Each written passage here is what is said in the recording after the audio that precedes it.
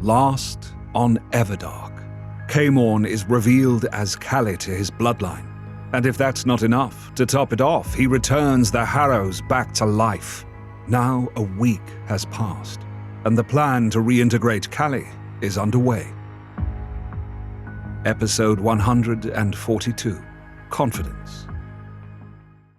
"Tell me that this is going to work, Seer," Balthazar asked the other immortal. "It will work," Seer answered, with the same grace she had the past dozen times he'd asked. Julian smiled at the patient tone she took with Balthazar. He understood how much was riding on Balthazar's shoulders that night. Others might argue that Damon was there too, if things got out of hand, so there was nothing truly to fear. Hell, they all were ready to pitch in against the Callie Slicers. But the instructions, the plan that had been left behind by Callie and Iros was clear that the two of them had to make this work on their own. "You don't see any deviations? You don't see any forks in the road?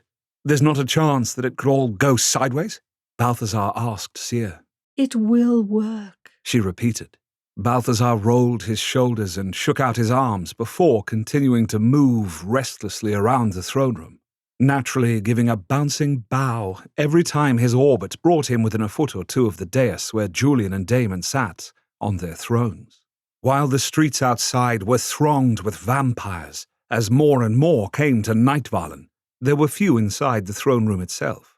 Just himself, Damon, Christian, Balthazar, Caemorn, Seer, Sophia, Arceus, Lizette, Julian's parents, and Christian's parents. Fiona was not there, as she was playing the role of catching Callie Slicers with the other most powerful wyvern. Balthazar had wanted no one else present because he needed to concentrate, and in case he failed, despite all of Seer's far-seeing. Caemorn had not disagreed with the plan, but he had hardly said a word since the evening began. Truly though, the fewer people who knew about their plan, the better. Mephi let out a small mew that reminded Julian he had not counted the kitten as one of the attendees. Sophia had Mephi on her shoulder.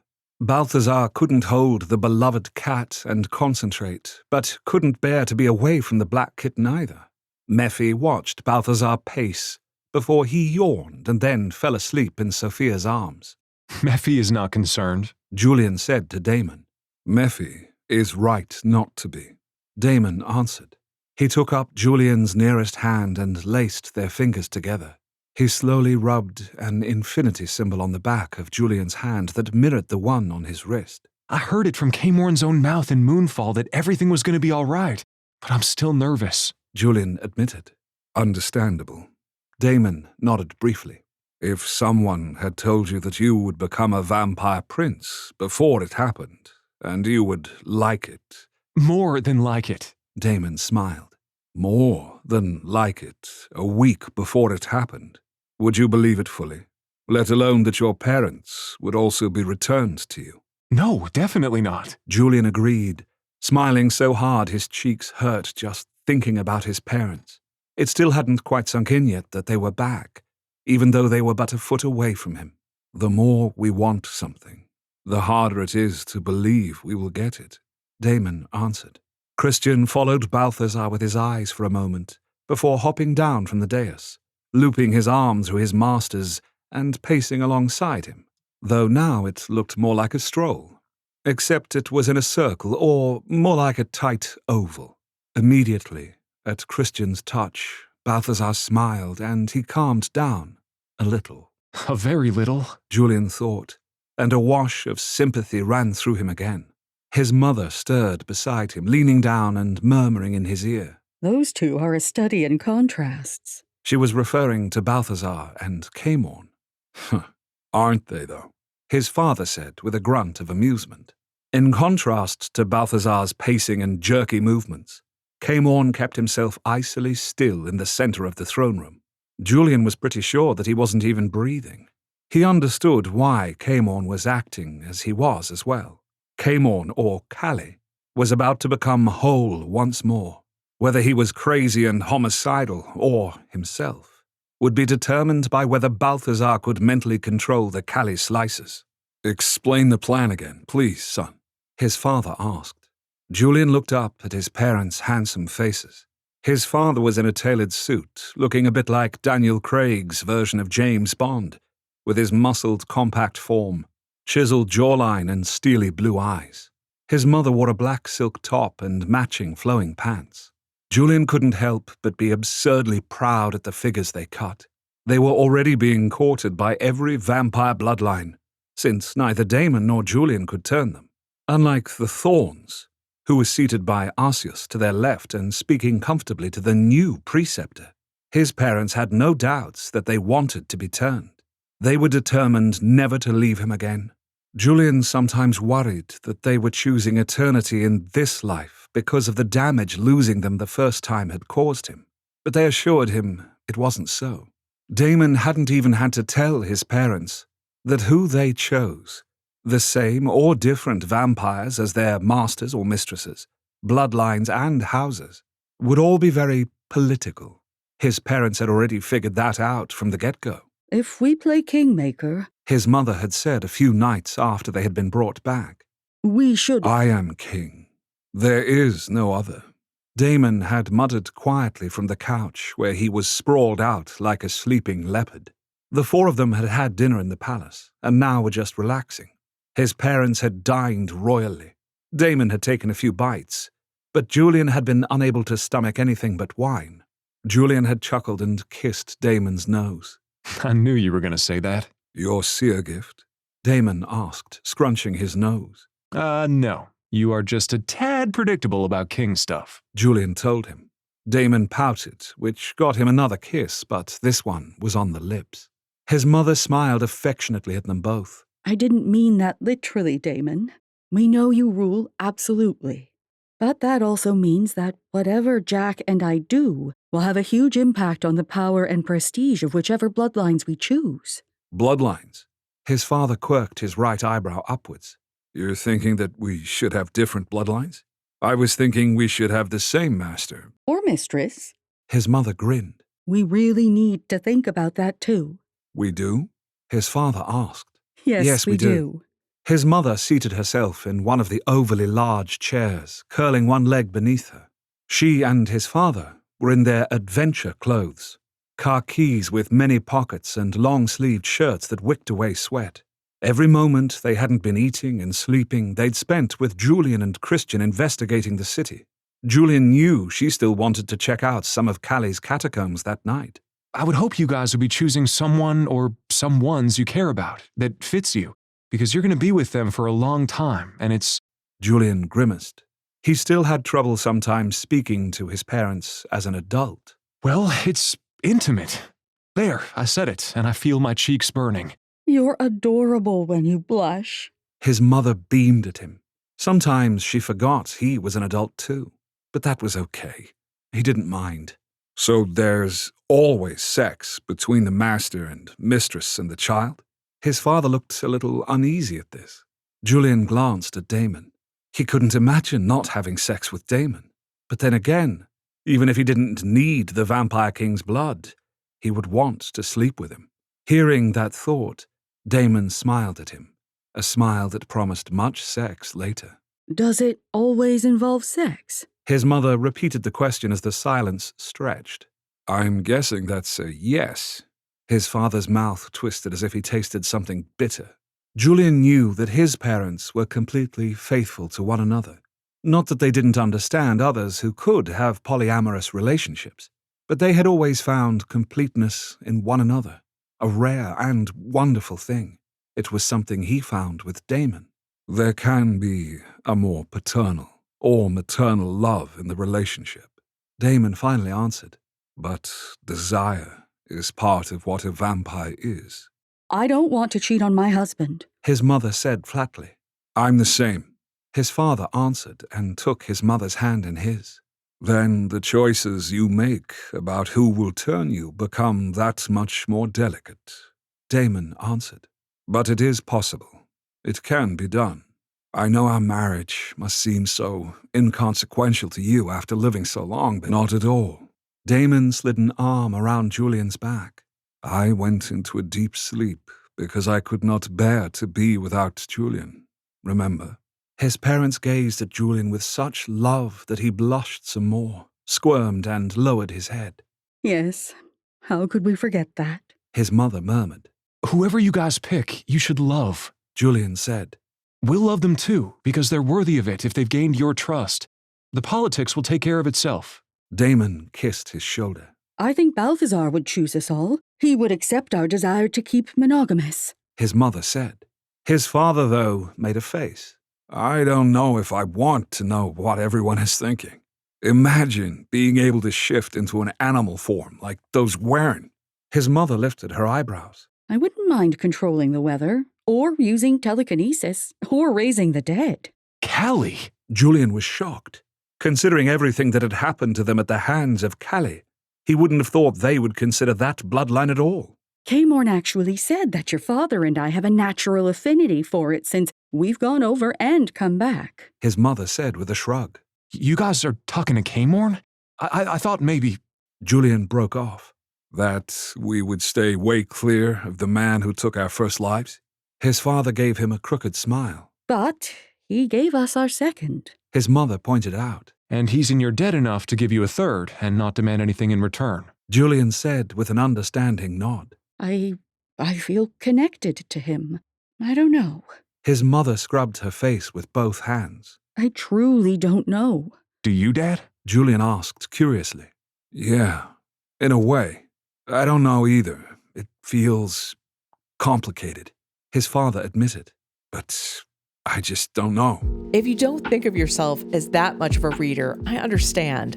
I don't think of myself as a typical author either.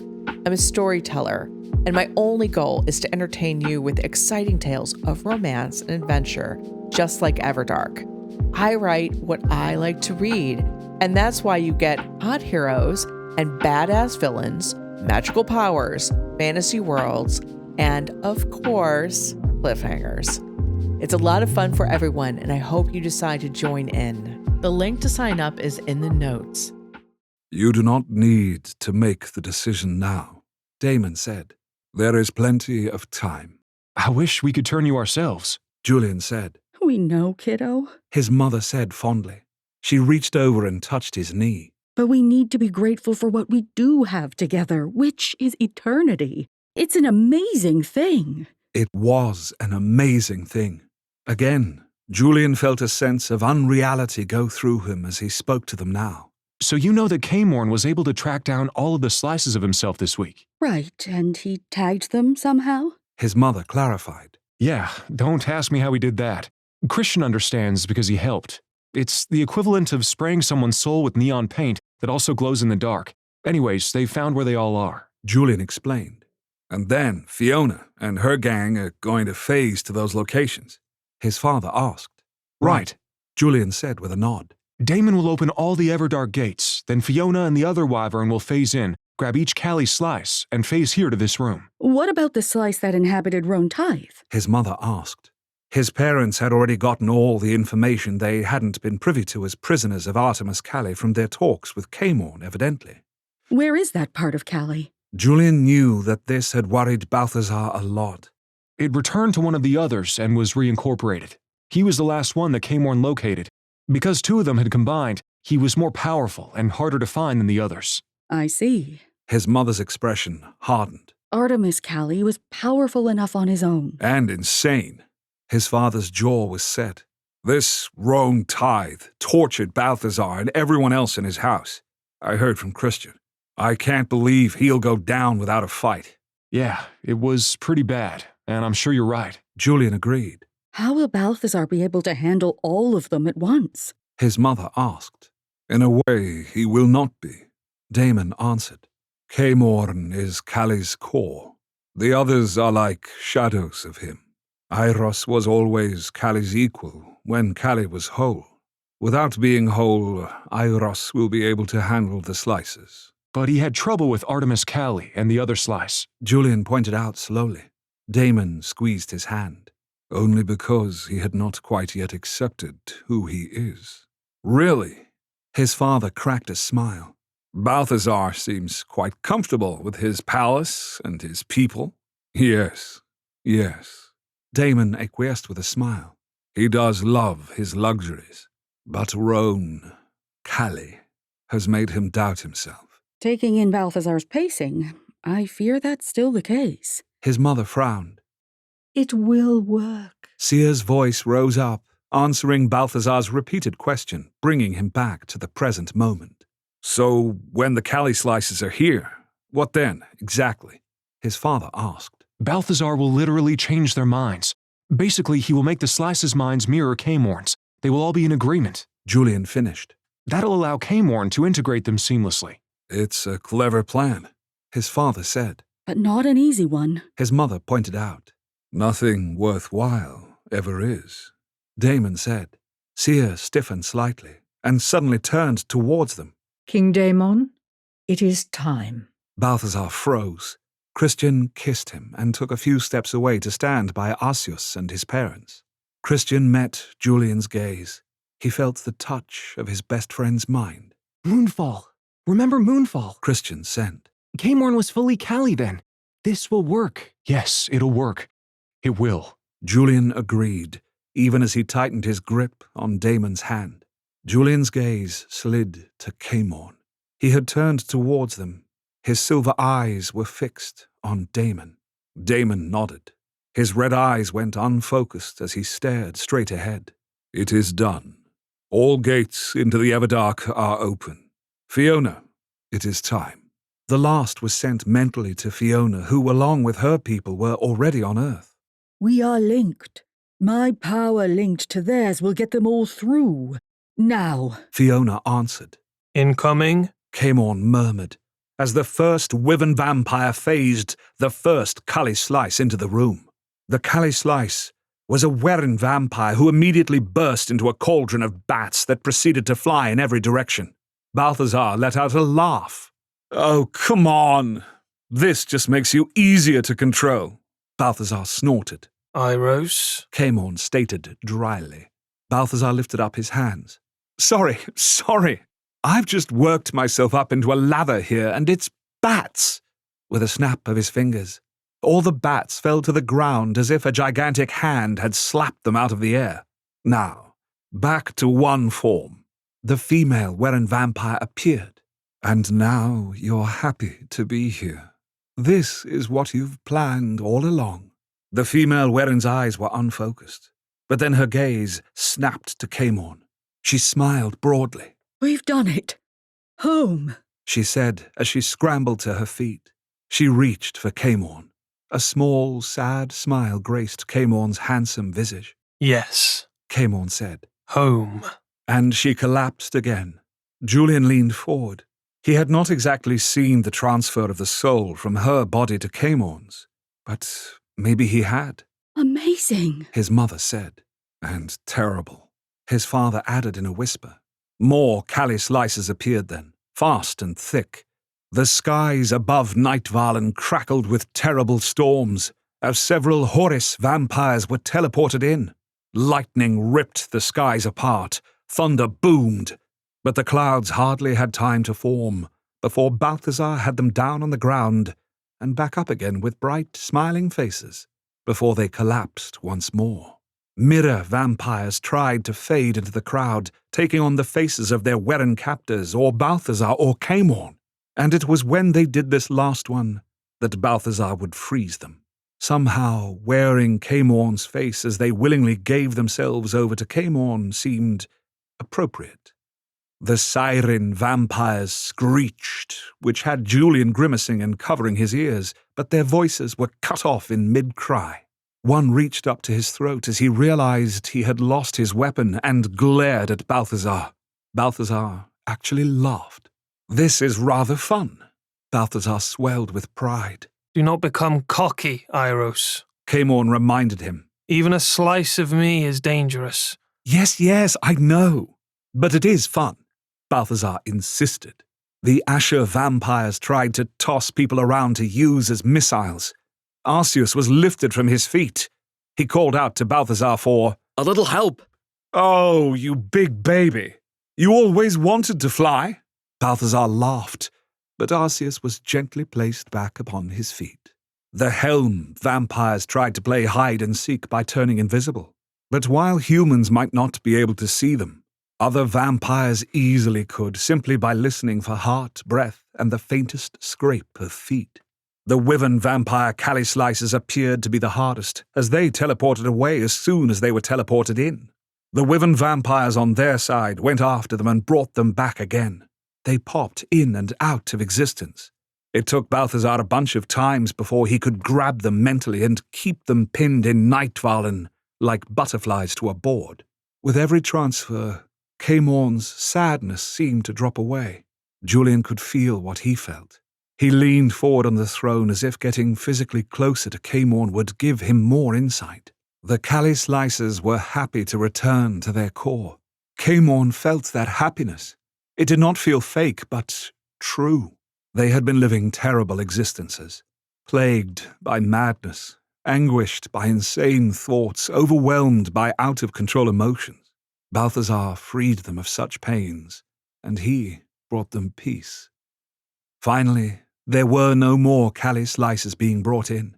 Instead, the throne room was littered with empty vampires. Something's wrong. Julian realized before Caemorn spoke, confirming it. We are missing one. Caemorn stated. Fiona's not here. Arceus stated. She was going after... Roan. Balthazar's hands fisted at his sides. Roan has her. Everyone looked at Seer. She didn't look alarmed. It will all work out. But she didn't say how it would. Julian realized. Join us next time for episode 143, Edge. What else do you get as a member of WraithRain.com besides the unedited audio versions of Everdark, Dragon's Reign, and the sexy times for Empire of Stars? I write a lot of stories. Far more than Dragon's Reign and Everdark. Everdark is just one of my gay, romantic, epic-length adventures. Since 2010, I've written long gay romance web novels with hot heroes falling in love with each other, whether it's honorable elven warriors, fierce dragon shifters, sensual mermen, fallen angels and demons, and reincarnated immortal vampires.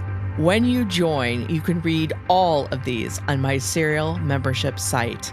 The completed stories are there in full for you to read as fast as you want, and the ongoing stories get 3 chapters every week, so I can torture you with cliffhangers. I mean, entertain you, not torture. Kat, who wrote this script? But don't worry, you can tell me exactly what you think of that in the comments at the end of every chapter. As a member, you can be in my own personal peanut gallery. There's also manga. My first foray into romance was actually yaoi manga, and since the very beginning, I've collaborated with artists to create both Western and Asian graphic novels that are posted 1 page at a time in the members-only area. Even if you're not a manga person per se, when you're a member, you get them free. So why not check out the amazing detailed work of our artists while waiting for me to post the next chapter? If this sounds interesting to you, try us out for a month. The link to sign up is in the notes. The most you'll pay is $9.95 a month, and you'll be directly supporting us, real people, not big corporations like Amazon or Netflix, not content created with AI.